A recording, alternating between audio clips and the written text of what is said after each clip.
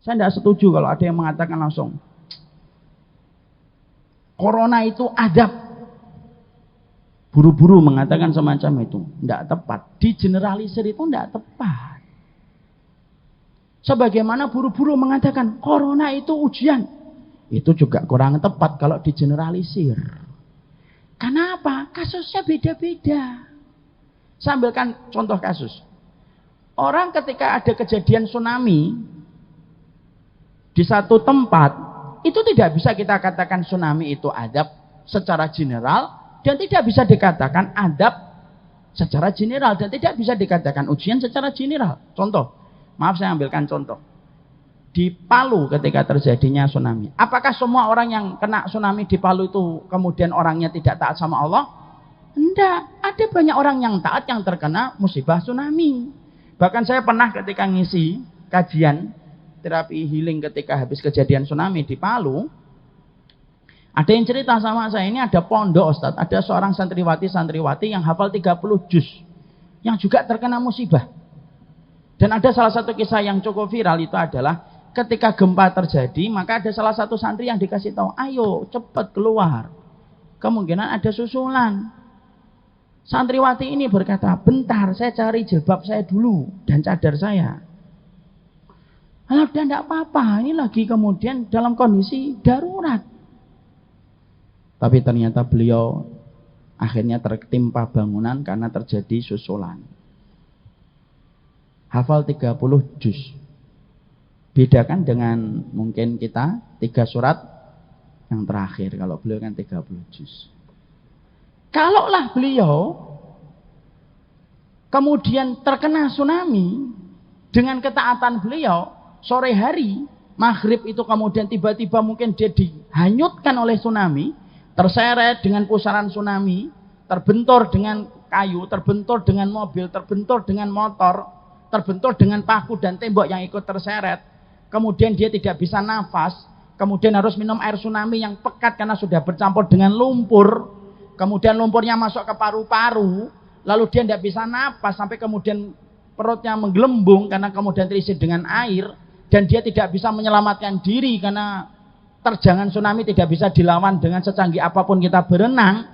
Maka semua itu sampai akhirnya dia menutup mata, terambil kemudian ruhnya dari jasadnya ketika meninggal dalam tsunami itu.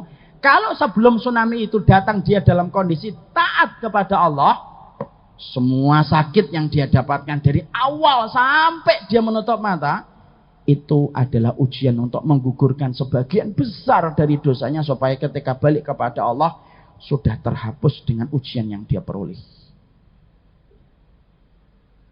Tapi bisa jadi ada orang di sampingnya sore hari, bisa jadi mungkin habis melakukan maksiat, mungkin habis minum alkohol, mungkin habis kemudian berzina, lalu terseret dengan tsunami, sama, terbentur dengan tembok, terbentur dengan mobil, terbentur dengan motor, sampai kemudian betul-betul membabi buta semua benturan itu, dia tidak bisa napas, mati.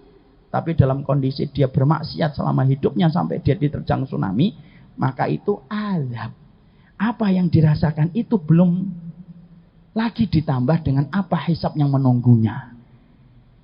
Sama Pak, kalau kemudian kita kaitkan dengan corona yang hari ini kita dapatkan, jangan buru-buru mengatakan azab. Jangan buru-buru mengatakan ujian. Kasusnya bisa beda-beda.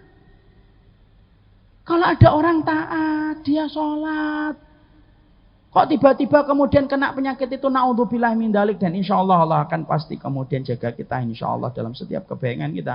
Maka bisa jadi ketika dia orangnya taat, dzikir pagi, dzikir petang, kemudian dia tidak pernah membantah perintahnya Allah, maka ketika mendapatkan itu, maka itu adalah ujian. Tapi kalau ada orang yang kemudian mendapatkan itu dalam kondisi dia bermaksiat, tidak paham tentang petunjuk, melakukan dosa terus-menerus pada kehidupannya, maka itu berarti itu adalah adab. Dan Allah kirimkan itu untuk menjadi peringatan bagi manusia yang masih hidup. Nah disitulah kita paham. Jangan buru-buru mengatakan adab, jangan buru-buru mengatakan ujian. Dan kita tidak usah kemudian menilai secara teliti dan secara detail, karena bukan pekerjaan kita. Jadi jangan suka nilai-nilai orang. Ada orang kena banjir, didatangi rumahnya. Menurut saya ini adab ini buat kamu ini. Nggak usah gitu. Ada orang penyakit. Oh, penyakit itu dua. Ada adab dan ujian. Tapi antum ini cocoknya ini adab ini. Nggak usah gitu. Karena itu menjadi pembelajaran untuk kita dan menjadi hikmah dalam kehidupan kita.